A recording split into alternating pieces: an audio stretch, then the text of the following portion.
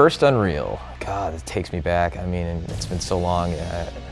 The game, it essentially took about 3 years start to finish, and the last year was the most difficult one because we were holed up in a little office in Waterloo, Ontario, Canada, little college town about an hour or two outside of Toronto. And we were working 14 to 16-hour days, and fundamentally, as a game designer, the best logic that you can always follow is to make the kind of game that you want to play, and that's what we were doing. We were working our butts off to make a collective vision of something that was beautiful and interesting and compelling. It was a world that gamers wanted to explore, that was rich with beautiful environments and interesting alien creatures and fascinating locales. We began developing Unreal in 1995. That was when Epic made the transition from being a little developer with 2 or 3 person teams to building a real development organization and company. Unreal was our first really major production. That's where we learned to develop a large-scale piece of software with a large team, integrate lots of artists in the pipeline, and build significant tools to help everybody create the game. We were a bunch of kids throwing as much cool stuff at the wall and seeing essentially what stuck. And as fate had it, a lot of it did stick, and we wound up with a golden product that had a lot of gamers look back at with an incredible sense of nostalgia. I mean, going into the introduction of the scars, the first enemy with the lights turning off and the creature leaping out in the darkness with the techno music blaring, I mean, to this day is still one of the most affecting moments in gaming history. To take all of that universe and to then transition that from the first Unreal into the mega hit that was Unreal Tournament, it was actually a really easy transition to make. We started off Unreal Tournament as an add-on pack. It was called the Bot Pack initially, named after Steve Polge's Reaper bots. And actually, as we started working on it, we realized that hey, this is really fun, and this is really cool. This deserves more time, and it developed into its own big franchise. And Mark Rain came in with his usual 800-pound gorilla demeanor, guys, we got to make this, this a full product. This demands to be, on the market as a retail game. And we're like, Mark, we thought it would be an add-on pack. And he's like, no, we're going to call it Unreal Tournament, and we're going to add these cool features. And we're like, you know what? Let's do it. The very first Unreal game shipped in May of 1998. And shortly after that, a bunch of us, myself, Steve Polge, James Schmaltz, Tim Sweeney, Cliff Bleszinski, and a few others, sat in the hotel room at E3 right after the game had been released and talked about plans for making an add-on pack. And what we wanted to focus on was this idea of using the bots to play network games against players and give you a real lifelike experience. And ultimately, that became Unreal Tournament. If I could go back and do it again, I'd do it in a nanosecond, and everybody that was involved would do it, because it was not only the launching of multiple careers, it was also the launch of a franchise.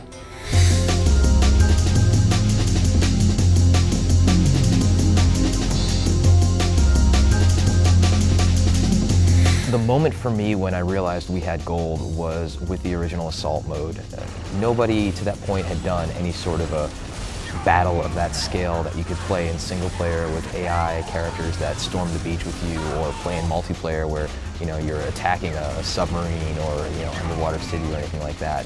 We took the combination of the fantastic environments of the Unreal universe and we combined it with a tremendous amount of polish and wound up with something that was truly memorable that gamers to this day look back on and they just have great memories of. I think before Unreal Tournament, multiplayer gaming was something that was kind of that hardcore players did. And as a result, it was intimidating both in terms of getting connected and then also in terms of becoming part of the community. And so those were the 2 things we wanted to address.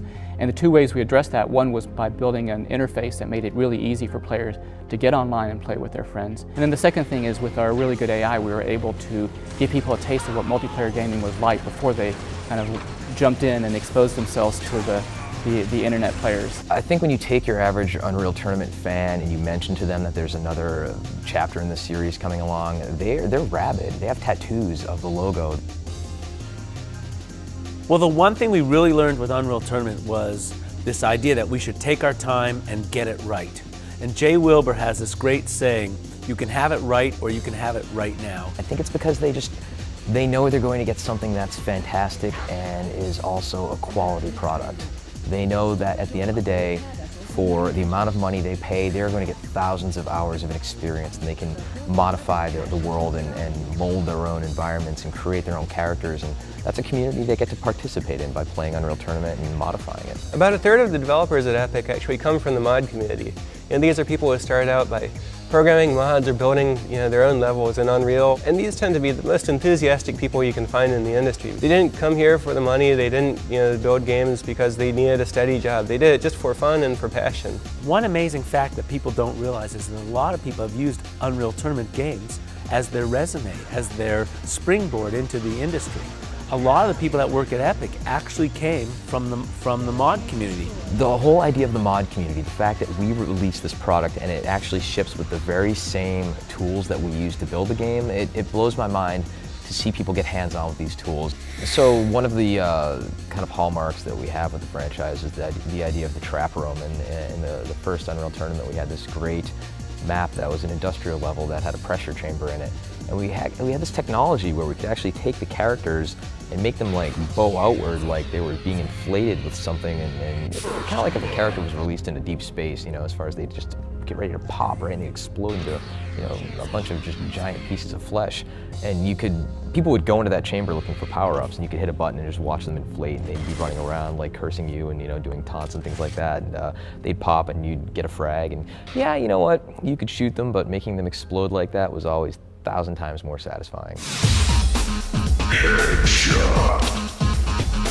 I think the whole clan scene is a really fascinating kind of evolution of where the shooter market has gone. I mean, if you take gamers, they want to play together, they want to feel like they're a bigger part of something, and the clan matches, the clan scene is kind of representative of that. And what you actually have now is the idea of professional gamers that have kind of come out of the clan scene, whereas these gamers get together, they become extraordinary at these titles, and then they actually move on to making a great living playing a video game all day long, which, if you ask me, is just absolutely unbelievable, and we encourage it and support it in every way possible.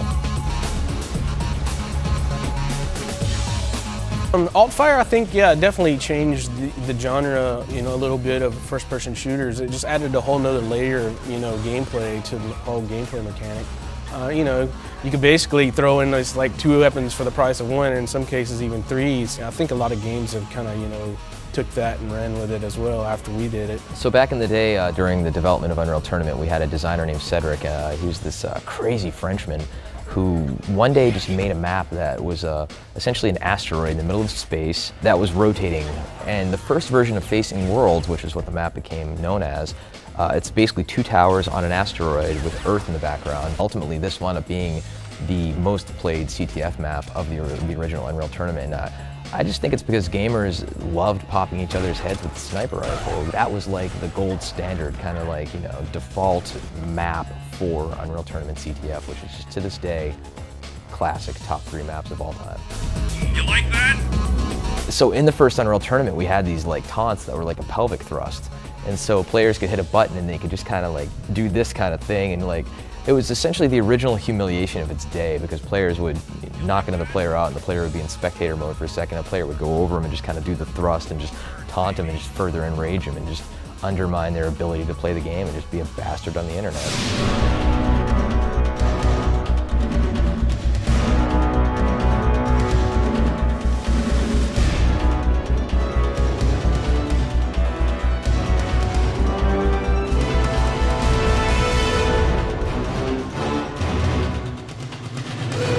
With Unreal Tournament 2004, we were looking for one major new feature that we could add to Unreal Tournament that would fit well into Unreal Tournament, but still, really extend the gameplay.